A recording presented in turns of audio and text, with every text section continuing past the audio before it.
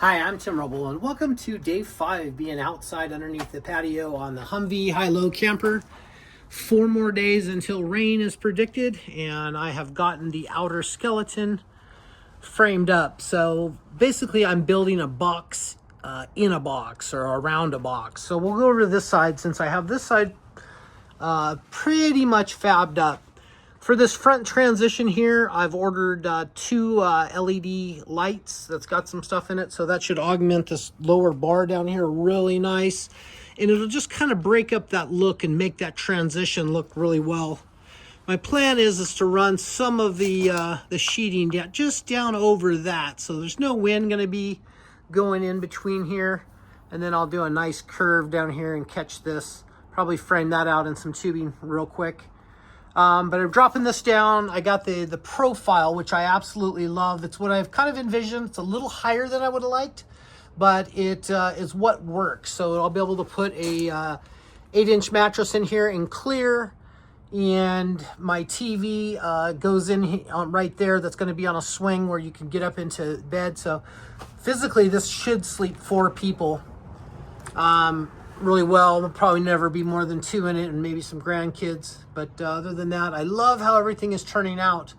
I have this basically spaced out a 1/2 inch, and I did that. I cut some 1/2 inch wooden blocks, had to plane some stuff down to get those to be exactly 1/2 inch. Not that that mattered, but while you're going to do it, you might as well just do the best vision of it. So this top is going to basically lift up on linear actuators and push up the top, all 4 corners at the same time, hopefully. So I got all this getting ready to do some sheeting here probably Monday.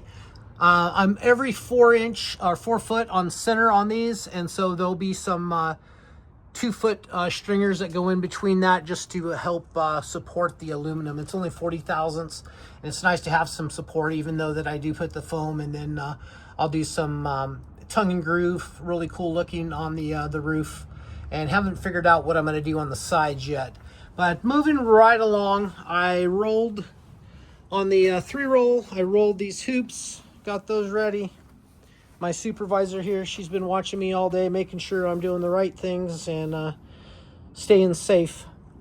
But I got those ready to go for tomorrow. So tomorrow I will have this full box all fabbed up, ready to sheet. I think Monday morning I'll start sheeting the roof and coming down the sides on this, and then if we have time I'll lift all of that off and sheet all the rest of the stuff, get that all tied in so when the rain comes it'll be waterproof. Not exactly drive it down the road proof, but I did order some more Sikaflex. Heidi, let's go.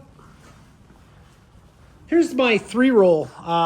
Basically, this thing works really well. I've put it on an extension motorcycle lift, so when you're not using it, you can compress it down and store it underneath tables or wherever it's not in the way.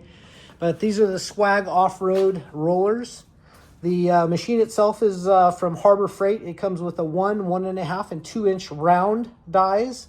And in a pinch, you can use the 2-inch round dies to basically roll square tubing, and it turns out all right. You got to just kind of make sure it doesn't walk on you.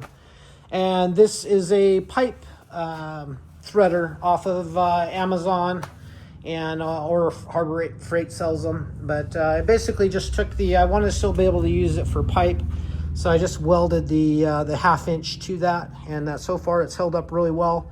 And the machine's hot. I just got done rolling that tube, and I roll both of those. I take them and vice grip them together on the ends, and you always want to give yourself about a foot extra. It takes basically from here to here 8 inches that you need extra, so 16 inches longer than what you need your arcs to be. Roll that through.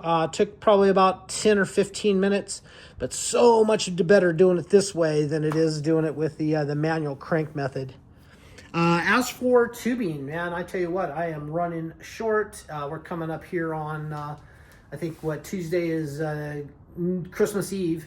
So I may have to order a few more pieces of for metal, and we'll see what I have up here hidden. I can see I do have a couple pieces hidden in the back, and I'm going to be pulling everything down off the shelf because I'm down to 1 20-footer and then a couple of things that I've already cut up a little bit. So I need 7 feet to do the stringers. I need 3 more stringers up top, so 21 foot there. I'll probably have that up there with these pieces, but we'll see how that goes. But the shop has gone really, really well.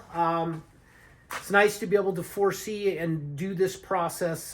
This is my 3rd major build like this, and I kind of know what the program is now. So I ordered some more Sikaflex. I think I have 8 more tubes down there. But basically how I build all of this is I take a piece of 1-inch tubing, such as this and such as you just seen on the structure, and you sand that down pretty good, get it warm, something above 70, 75 degrees. And then you just use this 3M double-sided sticky tape, and I stick that down on the tubing, get that all the way around. And then I take these flat sheets that I have over here. They're 40 thousandths. They're painted white. They're really nice to work with. They actually bend. You can do a 90-degree bend without flaking the paint off. I don't know exactly what the paint is, but it's held up really well. It's what's on Oscar Mike. It's what's on my adventure truck. So I got 15 sheets of that ready to go. Hopefully I won't need any more. Running super tight on funds, but you know, you got to make something happen, so you just got to keep pushing.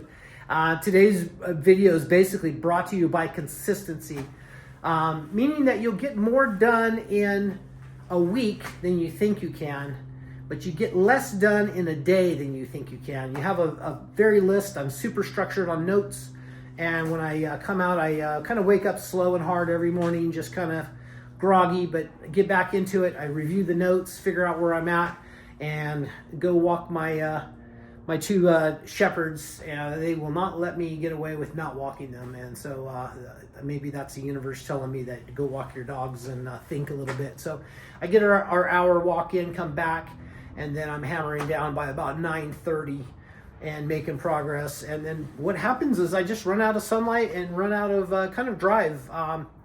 Monday, I think I probably put in 7 solid hours, and Tuesday, and that's on the truck. I get up and do social and answer emails, all that business type of stuff.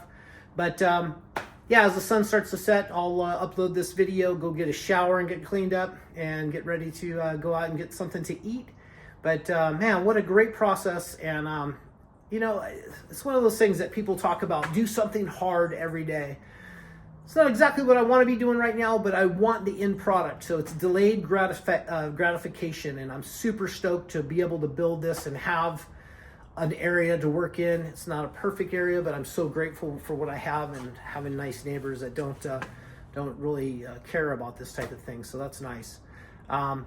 So stay tuned. I'll be doing a video for every day at the end of the day now for the next 5 days right up till Christmas. And we'll see exactly if we can get this thing covered up before the rain hits. Questions and comments, thoughts, please comment down below. If you haven't liked and subscribed, please do. Love to have you guys as a subscriber and build a really cool community. I've been getting back to 100% of the questions and comments. So I'm just not one of those guys that just lets something sit. You got something to say? I would love to hear from you guys. That's going to be it for now. I appreciate each and every one of you guys for watching the video. I'm Tim Roble, and I'll catch you here next time.